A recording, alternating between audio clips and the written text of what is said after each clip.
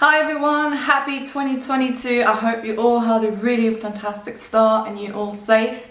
Today I'll be talking about my PhD and how it actually influences me every day in life.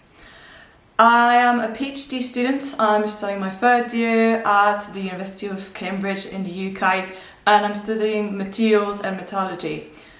Materials or material science, what is that? A lot of people don't know about this discipline, and the reason for it is because it's quite interdisciplinary. So you have a bit of chemistry, you have physics, you have math, you have lots of engineering in it. And obviously beforehand you would just do what we call natural sciences, so physics, chemistry, biology, math, or you would do engineering. And material science is really kind of in between. You need a bit of everything. You can do more theoretical material science with just some chemistry, just some biology, or just some physics, but it's usually nice to combine both. And the reason why it's nice to combine both is that you can then use machines, repair them to then test your materials. Now, those materials, what are they? Am I talking money? What am I talking about? Materials can be anything. It can be materials for your t-shirt, it can be materials for your rings, metals for example, jewelry, but it can be also a rocket material. Obviously in a rocket you have different elements. Some of them have to resist to high temperatures, high oxidation, or others have to be simply very, very light and just simply serve a role as comfort for astronauts. You can also make beds if you're a material science engineer. You can make sports shoes, you can make boats, you can make cars, you can make a bit of everything. Even food, actually. Look, some people in material science go into the food industry because the properties of food are actually material properties. So for example, I'm Swiss, and in Switzerland, when you do your third year or second year exams, you have a subject called rheology, which studies solid and fluids and viscoelastic materials, and in it is chocolate. And one of our exam questions is about chocolate. Some of the properties in there, and the reason that we have such nice chocolate in Switzerland is because of very good material engineers. But yeah, anyway, today, how is my PhD influencing things I do in everyday life? Obviously I want to work in the aerospace sector, but it doesn't only impact that view. As a PhD, you have to be extremely resilient and you have to work a lot on your own. You sometimes work in a lab, sometimes not. I personally work in a lab, and I can see how much it influences me when I work with different scientists. So this last summer, actually summer 2021, I had to do an analog space mission and I was performing scientific experiments. And some of my colleagues were not material scientists. They were used to different processes maybe, and they were not attentive to some of the things I would be attentive to because they don't have the same training. For me, obviously, it's much more important that maybe a sample holder is clean and that we don't contaminate it, and also the protection equipment that I use is actually usually more advanced, simply because I'm much more in the lab and some of the things I do are dangerous and I need to be protected. So I'm much more aware about protection than other people. But we also know how to deal with it. So sometimes you're exposed to machines that are dangerous and you learn not to freak out. Okay, you see it and you see there's a problem, you're like, okay, well, there's a problem with the radiation tube, it's fine, you know. And you think, okay, well, as long as I close this door, then I know I'm protected, it's made of beryllium, it stops the X-rays going through, and I'm fine. So my PhD provides me this kind of calmness. I know this machine it's probably going to break. In PhDs, machines break all the time. I know it's dangerous, but I know how to deal with it. It's fine, because in academia, they break all the time. And it's not having the same consequences as in the industry. In the industry, if a machine breaks down, then you have often hundreds of millions of thousands of francs that are lost every day or every hour, because you have your production system that has to be so continuous. But a PhD is very different. In the PhD, the only person that's influenced are the PhD students or the postdocs or the researchers using it. Nobody cares that I'm doing my thesis, or maybe a few people who are financing it and my supervisor. But ultimately, I'm the only person who's really concerned. And if the machine's not working, it impacts me. But it doesn't impact the whole institution, doesn't impact the department. So it is not the same pressure, so the machine is not repaired as quickly, and also you just get used to it. And there's lots of people who use it, and some of them are not necessarily that well trained or a bit inattentive, and then they break them much more often than in the industry. We have one specific person or two specific person using them, fully trained, and nobody else has access to it. So machines, that's one of the main things, and experiments, obviously we way more attentive, but we also have to be much more creative. Because those machines break a lot, and because we work a lot in the lab, when you're an experimental PhD student, you learn how to just patch up things. If you can't find a solution to something with conventional means, you just go somewhere else. So a few years back I was doing my master's also at the University of Cambridge, and I was measuring the density of some samples, and to do so you just take their weight when they are on a scale, then you immerse them in water, and because they're porous you have to then measure them once more, and you put a varnish around them. And normally we have a special element or liquid that we put on it, but we didn't have it. It was lost somewhere in the department. And yeah, the solution was just, okay, you go to Boots or you go to Cobb or wherever, you just buy nail polish and you cut your sample and then you do the measurement again. And that works. So these are the kind of patchworks we have to simply do, because we don't have access to things quickly, and sometimes the easiest solution is the best.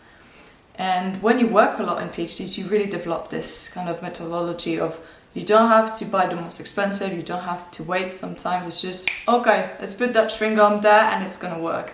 Funnily, in space, it's often what you have to do, because in space you're really limited in the kind of material that you have with you, the kind of people who are trained, and you just have to find a solution. That was the case for Apollo 13. If you've watched the movies or you've seen documentaries, you will see how they found solutions with just the things that they had on board.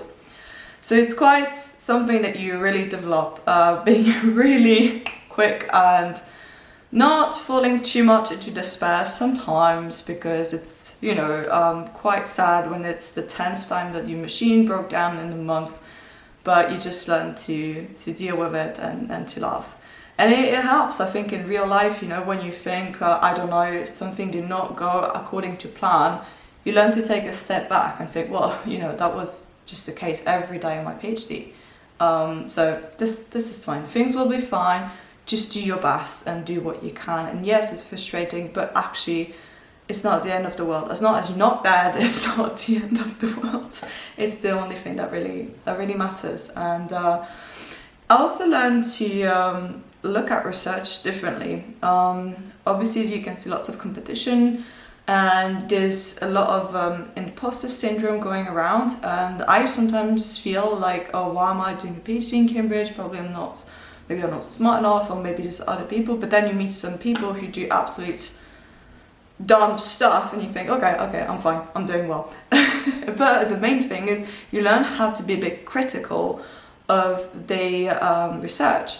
One of the most obvious articles I read was actually when I was doing my undergrad. I was studying biomaterials as part of one of the courses, and we had biology articles to read, and they were really not well written. I mean, me as an undergrad, I could see that the quality of the data and the way they had measured all of them, the sample size, was really, really bad. And now as a PhD student, it's even worse, because I read articles all the time, and you see which ones have been well written, you see which ones are really worth it. It's not necessarily a 15 pages long article that is good, it's sometimes just a 5-page one, but it needs to be well written. And by well written, it's not like a book that you would like to read all the time. We get used to it, we get used to reading those research articles, but for most people, if you read a scientific paper, it's like, oh my god, so many words. But actually for me, if you start writing a scientific article in the way of a book, you're wasting my time. You're putting too many words that I don't need. Usually you read the abstract and you're like, okay, does this fit my research? You go to the conclusion, you see all the points that they found. Then if you think, okay, this is interesting, you go back to experimental and you see each of the steps of the process that they did. And if they talk too much and they say, oh, I wanted to do this research because I was walking under a tree and I saw this apple. No. It works really well in scientific books.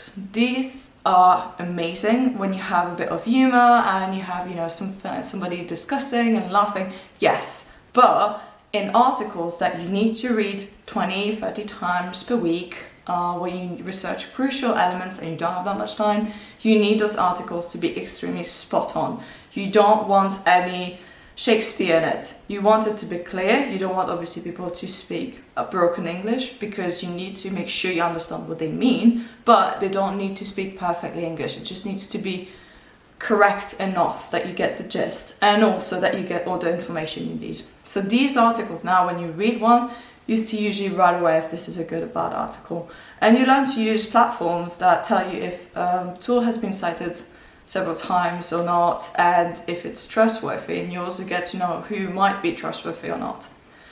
But yeah, so these are the main things that I see with a thesis, and one, I think, most crucial for me was how much time you spend on a PhD. Some people think they don't have time to do a PhD, or that it's too much work. It is a lot of work. And the biggest work that there is mentally, because mentally you're alone. You are on your own horse and you're your own horse rider, okay? You are the captain of your ship and the ship. You have to be on your own and you have to be independent enough. But at the same time, you have constraints from your department, from the people maybe financing you, from your supervisor, okay? So you can't do whatever you want, but you have to be strong enough and reliable enough that the work keeps happening, even when you're demotivated, even when the machine breaks, even when whatever happens, even during a pandemic, for example. You have to keep going. And this is the hardest part. It's not about working 100 hours per week. It's about being smart enough and to keep working even when things are hard. And it's also to think exactly, okay, instead of doing 100 measurements, do I really need them? Can't I just do 5 measurements that then I can link? And then if I'm not sure, I repeat maybe 2 or 3 times the measurement so that I have enough statistical data to make sure it's reliable. And then I can extrapolate the results, We don't have the time, even if we were to work 100 hours per week. The problem is because of the machines that are not necessarily available or break down, we cannot produce 100 points. And it's not worth it. It's not good, because when you do a PhD, you're usually trying to research a new phenomenon, or you're trying to test a theory, you're trying to understand something. You're not trying to determine the exact thing. The exact thing is for the industry to do. You are trying to understand what is going on and why it is going on, not exactly in which dimensions, or at least in general. Therefore, you don't need all those measurements. You just need to be smart enough that you get a measurement, you analyze it, and you're like, okay, what does this mean? And where does it bring me? And then you think, okay, what is the next step? From this one, you come on to the next step.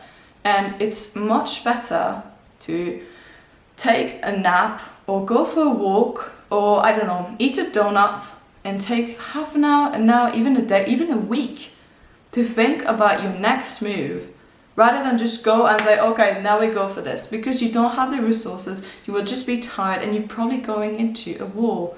And this is something that is also very important to learn for other things. It's like, if you're managing a project, if you're doing an experiment, or if you, just planning anything out, think smart. Don't think, I have to put 100 hours into it. Sometimes you do, but most times you don't. You just have to think smart. Take a step back and think about the new steps. So these are my PhD recommendations. Do let me know what you think, if there's any differences for you for your PhDs or your research or anything that you've learned, and have a wonderful January.